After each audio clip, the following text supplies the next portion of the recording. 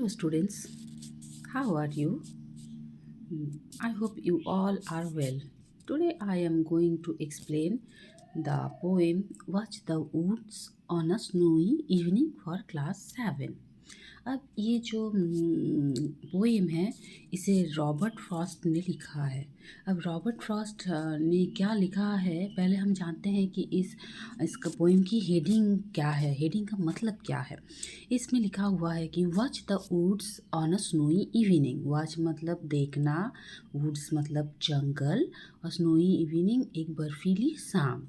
अब इसका मतलब हुआ कि एक जो पोएम पोएट थे उन्होंने वे कहीं जा रहे थे, अब अपने घोड़े पे सवार होकर। रास्ते में वो एक जगह पर रुके और जहाँ पे पर एकदम जंगल, घना जंगल था। अब वो घना जंगल देखकर पोएट क्या कह रहे हैं, पोएट रॉबर्ट फ्रॉस्ट क्या कहना चाहते हैं, आइए हम इस पोएम को पढ़ के जानते हैं। Whose woods these are, I think I know. His house is in the village through. He will not see me stopping here to watch his woods fill up with snow. अब poet जहाँ पे रुके वो तो घना जंगल था और बर्फीली शाम थी। अब पोएट बोल रहे हैं कि whose woods this are, I think I know. इसका मतलब हुआ कि ये जंगल किसका है ये पोएट को पता है। वो बोल रहे हैं कि ये जंगल किसका है, आई थिंक मुझे पता है। His house is in the village. उसका ये जंगल जिसका है उसका हाउस, उसका घर विलेज में है।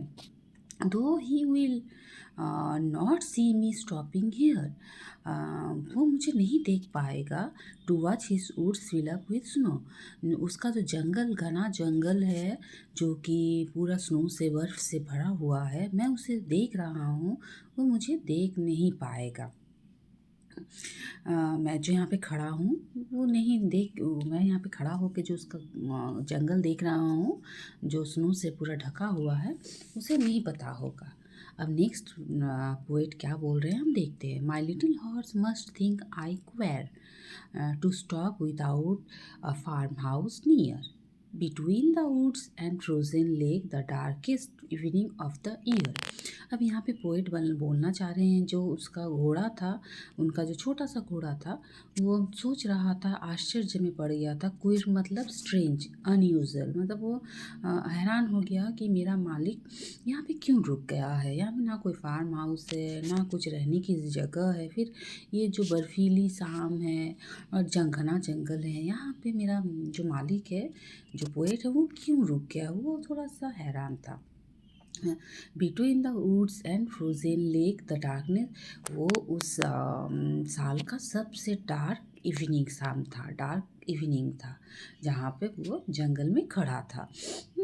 ही gives his harness bells a shake to ask if there is some mistake. The only other sounds the weep of easy wind and downy flake.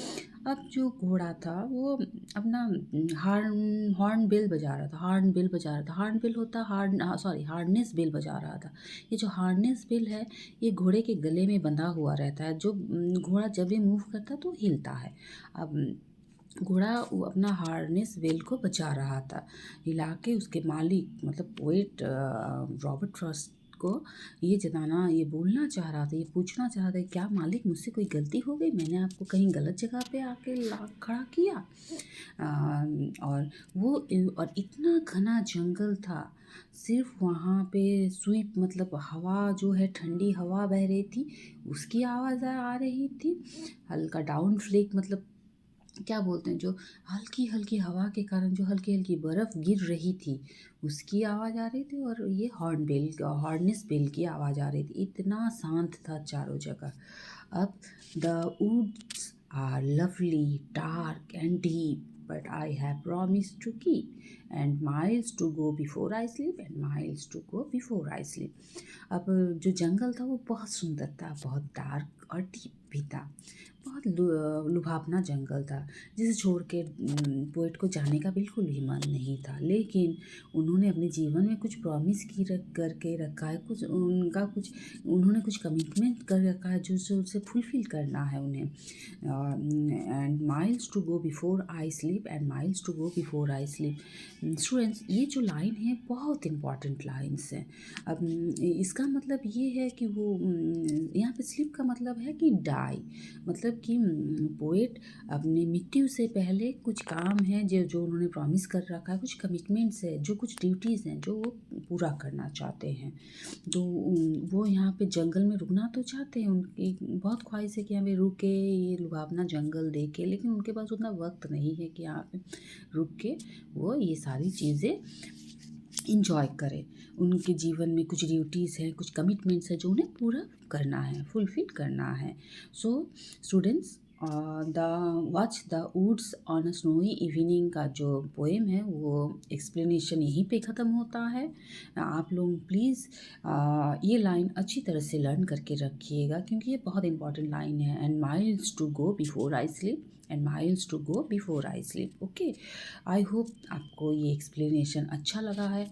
आपको मेरे वीडियोस अगर अच्छे लगते हैं तो मुझे लाइक और सब्सक्राइब ज़रूर कीजिएगा। Thank you.